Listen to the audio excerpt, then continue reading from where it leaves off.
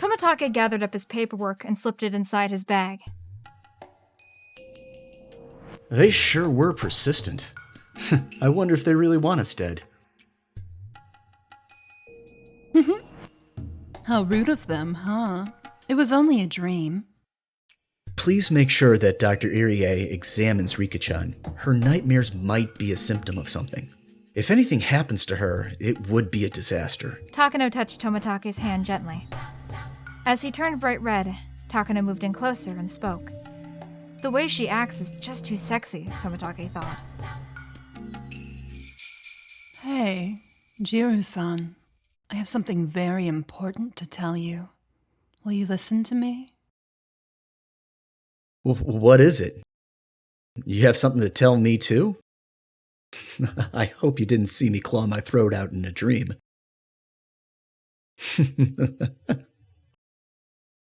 What would you say if I did? Huh? Takano stared at him with a mischievous look, as if seducing him, and started whispering into his ear. I'm really surprised. That girl might have a godlike power after all. What does that mean? Takano smiled gently and pulled back her hair. Even seeing her do that made Tomitake's heart race. I really like you. So that's good to know. Takano's fingers curled around Tomitake's chin, stroking, tickling, and caressing it. Her movements are very captivating and seductive. I've dated a lot of guys, but none of them interested me as much as you. I've learned that someone with a personality like yours makes the ideal partner for me. You're willing to accept everything I stand for. I believe that you understand me completely. That's why I can give you everything I have. I want you to accept everything about me. Do you understand? Well, Takano-san, what's the matter? Her voice didn't really sound that affectionate. Tomitake knew from experience that he couldn't grasp what was on her mind when she wore a cold smile like that. Finally, it's almost here. It seemed as though she couldn't wait for something to happen. There was a chilling allure to her strange smile that made one question if something exciting was really about to happen. What's almost here? Tomitake asked, trying hard to resist the temptation.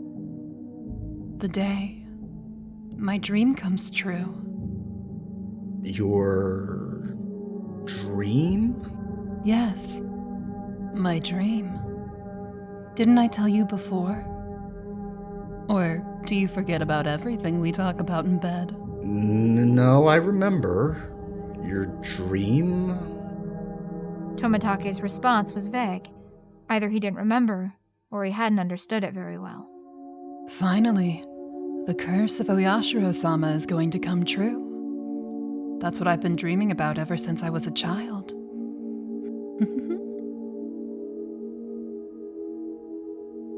Jirou-san, listen. I can't be with you anymore. What? What do you mean? You see, I belong in a different world. Hinamizawa is where humans and demons once coexisted. That's why we met each other here. But all that is going to come to an end soon. The eclipse of the sun brought humans and demons together. Do you understand what I'm saying? Takano-san, did you drink a bit too much at the festival? You're drunk, right? Tonight is a night of farewells. Thank you for teaching me about the sunlit realm. Your warmth was like the glow of the midday sun. We really did have a wonderful relationship. I'm so sad that we have to say goodbye. She pulled herself away from Tomitake and slowly stepped back, as if signaling the time had come for them to part. I don't know what you're trying to say. What's this all about, Takano-san? I want you to make a decision. I want you to decide to stay with me and abandon the sunlit realm. If what you told me was all true, then I know you have no doubts. By that time, Tomitake understood that Takano was asking him to make an important decision. Could it be your... That's right. Jirou-san. Tomitake got up from his seat and looked Takano straight in the eyes. There was a faint glimmer of hostility within those eyes. Is your work more important than me? I thought so. I can't believe this. I trusted you. Those words were ones of rejection. Takano's lips twisted into a cruel smile. Oyashiro-sama united the humans and the demons. But I guess he can't unite you and me. Takano slowly opened the door. 6 men in overalls were standing there at the ready. Tomitake was frozen in shock. The 6 men walked up to Tomitake with no expressions on their faces. It was immediately obvious that they were going to do something to harm him. What's this all about? Hinamizawa syndrome is like a bomb with a lit fuse. Your plan is to dismantle that bomb before it explodes. However, there are some people in Tokyo who want to see it go off. No! What good will that do for anyone? Nobody ever does anything that isn't beneficial to them. Therefore, if they want that bomb to explode, it must be doing good for someone. Your question just now is a pretty meaningless one. I can't believe this. There are people who want that to happen? Hinamizawa syndrome is a very dangerous disease. You know that as well as I do. I do. It would be a disaster if it had an outbreak. Tokyo wouldn't be able to cover it up either. Did that faction bribe you? It was actually my mission from the very start. I'm so sorry. We belonged in different worlds from the moment we first met. What are you going to do to me? It would be a great help if you came over to our side. Of course, that would mean you'd have to betray your own people. You're expecting me to turn on them? Jirou-san, if your feelings for me are real, will you support me? You'll be compensated, of course. If you wish, I'll dedicate my whole life to you. I'll do whatever you want me to, whenever and wherever you want. My body will belong to you. You can dominate me to satisfy your needs whenever you like. I'm willing to be all yours. Hey, don't you want to dye this body of mine in your scent? Her words were a kind of assault, directly hammering at the emotions men had difficulty resisting. They were like an evil spell to control his heart. Upon hearing them, Tomitake felt an unknown sensation rush up his spine as his feet froze in place, entranced. However, he forced himself to resist the temptation. He sealed the cracks in his wall of reason to stop Takano from forcefully entering his heart.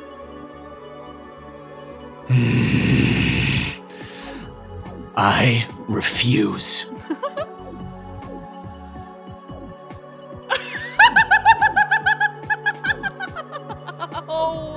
She had known from the start that Tomitake was going to refuse her. Even so, Takano let out a triumphant laugh. It's funny. She thought Tomitake would refuse right away. However, it took him a while to refuse because of how effective she was at seducing him. The time it took him to refuse her was one of victory for Takano. For Tomitake, it was a time of humiliation. Takano continued to laugh. She sounded rather like an evil witch. I thought you would say that. That's why I love you so much. Takano raised up her right hand and gave a signal to the mountain dogs. Okanogi-kun, you're betraying me too? I'm sorry, Lieutenant Tomitake. Are you surprised? The mountain dogs work for me. It was us who controlled this clinic all along. You and Dr. Irie are the only people who didn't know. Shit! Tomitake moved into action, sensing the danger that was about to befall him. His fist thrust out as quick as lightning, knocking one man down before he could even blink. However, the other mountain dogs certainly weren't going to just stay there and watch. They all attacked him as one. He tried to strike back with an elbow, but he simply couldn't overcome the difference in numbers. Tomitake tried his best, but soon enough the mountain dogs had wrestled him to the ground. Damn it! Let go! Let me go! Stop struggling already. Ugh. They pinned him down so that he couldn't move an inch. Impressive, Jirou-san. You fought pretty well, considering you were up against 6 people. Takano walked over and smiled while looking down at Tomitake. Hey, Jirou-san. I know you're going to refuse, but let me ask you one more time. Will you change your mind and join my side? Never! I'll never join with you. Ugh! That's what I wanted to hear, so I could sever all my attachments. Takano was holding a small case in her hands. She opened it and showed Tomitake what was inside. What's in that syringe? Oh, come now. I'm sure you know what it is. No, we destroyed all of them. Jirou-san, let me guess what you're thinking. Even if this is what you think it is, you should still have immunity because you took the vaccine. Isn't that what you're thinking? That's why you're not scared, right? Well, let me tell you something nice. That vaccine you took before you came here was fake. You may not have noticed it, but you're already an L3 patient of the Hinamizawa syndrome. Jirou-san, you have a tendency to look away when you get an injection. That's not very smart. You should always make sure of what you're getting.